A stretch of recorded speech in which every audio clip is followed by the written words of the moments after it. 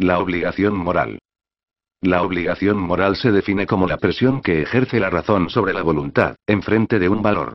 Por ello, está lejos de ser una presión originada en la autoridad, o en la sociedad, o en el inconsciente, o en el miedo al castigo.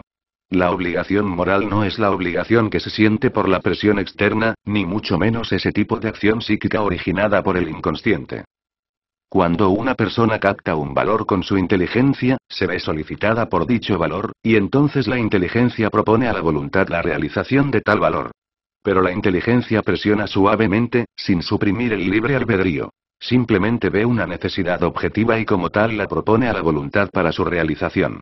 Se trata, pues, de una exigencia propia de la razón, fundamentada en un valor objetivo, pero nacida en lo más íntimo y elevado de cada hombre su propia razón. Por lo tanto, la obligación moral es autónoma y no incompatible con el libre albedrío. Existencia de la ley moral. Ha quedado dicho que un acto determinado es bueno o es malo si su objeto, su finalidad y sus circunstancias son buenos o malos. De ordinario, sin embargo, viene de inmediato a la cabeza la pregunta ¿buenos o malos? ¿En relación a qué? ¿Cuál es la norma o el criterio para señalar la bondad o la malicia de un acto? Y con la pregunta, surge también la respuesta a la ley moral, que es la que regula y mide los actos humanos en orden a su fin último. Estudiaremos cómo la rectitud de un acto nos viene dada por dos elementos, uno exterior al hombre, que es la ley, y otro interior, que es la conciencia. De esta manera, la bondad o la malicia es la conformidad o disconformidad de un acto con la ley y con la conciencia. La conformidad o disconformidad de un acto con la ley moral constituye la bondad o la malicia material. Y en relación a la conciencia, la bondad o la malicia formal. De acuerdo con esto, un acto puede ser amaterial y formalmente bueno cuando hay conformidad con la ley y la conciencia, por ejemplo, cuando ayudo al prójimo, ley de la caridad teniendo en la conciencia la certeza de estar actuando bien. B. Material y formalmente malo cuando hay disconformidad con la ley y la conciencia, por ejemplo, si odio a alguien, oposición a la ley de la caridad sabiendo en conciencia que está mal. C. Materialmente bueno y formalmente malo cuando uno cree mala una acción que la ley no prohíbe, por ejemplo, comer carne los lunes.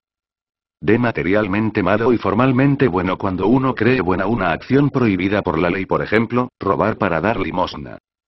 Vamos ahora a tratar, con detenimiento, de esas dos normas, la ley y la conciencia, sin las cuales no cabría siquiera hablar de moral.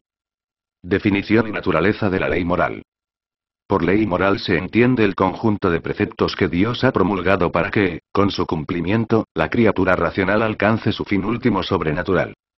Analizando la definición, encontramos los siguientes elementos. 1. La ley moral es un conjunto de preceptos.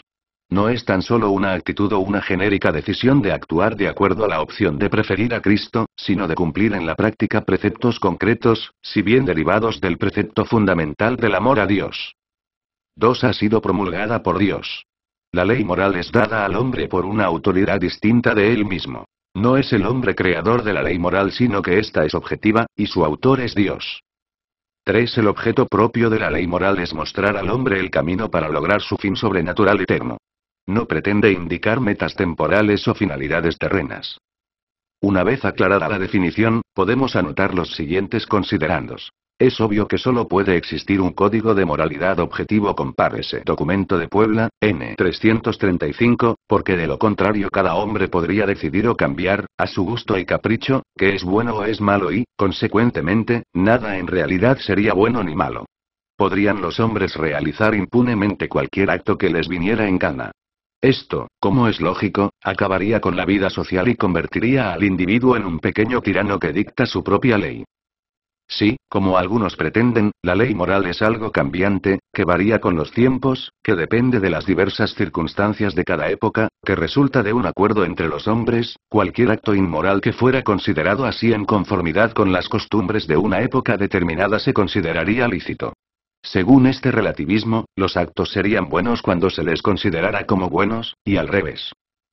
No podemos olvidar, sin embargo, que hay acciones que siempre y en todas partes han sido consideradas malas por la mayoría, por ejemplo, matar al inocente. Robar lo ajeno, lo que quiere decir que no son sino aplicaciones concretas de unos principios generales que no es posible eludir. Haz el bien y evita el mal. No hagas a los demás lo que no quieras que te hagan a ti. Principios que estén en la base y son el origen de toda moralidad. y son anteriores al consenso de los hombres, es decir, proceden de una norma previa que Dios ha inscrito en el interior de cada individuo. Con las solas fuerzas de su razón, y los testimonios en este sentido podrían multiplicarse, el hombre comprueba también que el origen de esa ley moral está en Dios, autor de la naturaleza y que, a la vez, es accesible a su razón. Así se explican esas palabras de Platón, compárese las leyes, 716 c.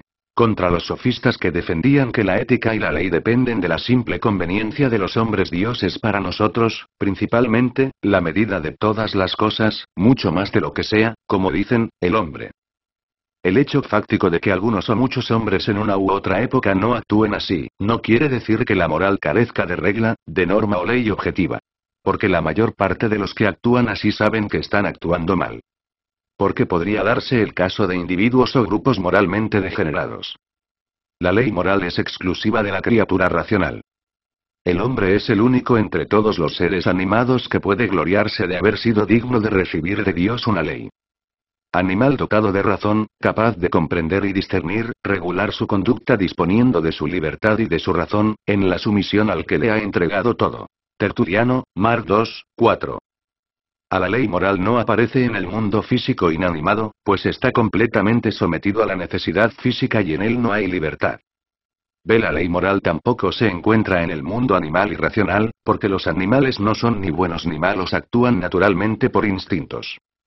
C. La ley moral se descubre solamente en la criatura racional, al contemplarla dotada de inteligencia y voluntad libre.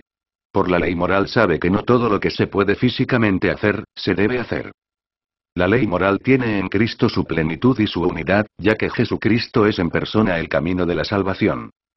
Además, Jesucristo es el fin de toda ley, porque Él es a quien la cumple la justicia de Dios, la gracia y la bienaventuranza.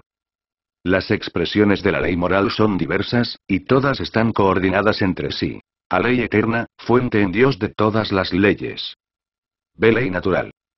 C. Ley revelada o divino-positiva. D. Leyes humanas, civiles y eclesiásticas. Antes de estudiar cada una de las expresiones de la ley moral, trataremos brevemente de conceptos generales sobre la ley. Definición y división de la ley. La ley, dice Santo Tomás de Aquino STH. IQ 90, A4 en una definición clásica, es la ordenación de la razón dirigida al bien común, promulgada por quien tiene autoridad. Desglosando, encontramos como elementos: A. Ordenación, establecimiento de un orden de medios conducentes a un fin; B. De la razón no fruto del capricho; C. Dirigida al bien común no al particular; D. Promulgada para que tenga fuerza obligatoria; E. Por quien tiene autoridad, no por cualquiera. Para que la ley obligue a los hombres debe reunir algunas condiciones. En concreto debe ser: 1. Posible, física y moralmente, para el común de los súbditos. 2. Honesta, sin oposición alguna a las normas superiores. En último término, concordando con la ley divina. 3. Útil, para el bien común, aunque perjudique a algunos particulares. 4. Justa, conforme a la justicia conmutativa y distributiva. Sobre estos conceptos, ver 13, 5. 5. Promulgada, debe llegar a conocimiento de todos y cada uno de los súbditos. La división que más nos interesa de la ley, viene dada por el autor que la promulga. Así el autor es Dios, se llama ley divina y puede ser eterna, se encuentra en la mente de Dios. Natural, ley divina impresa en el corazón de los hombres. Positiva, ley divina contenida en la revelación. Ve, si el autor es el hombre, la ley es humana y puede ser eclesiástica.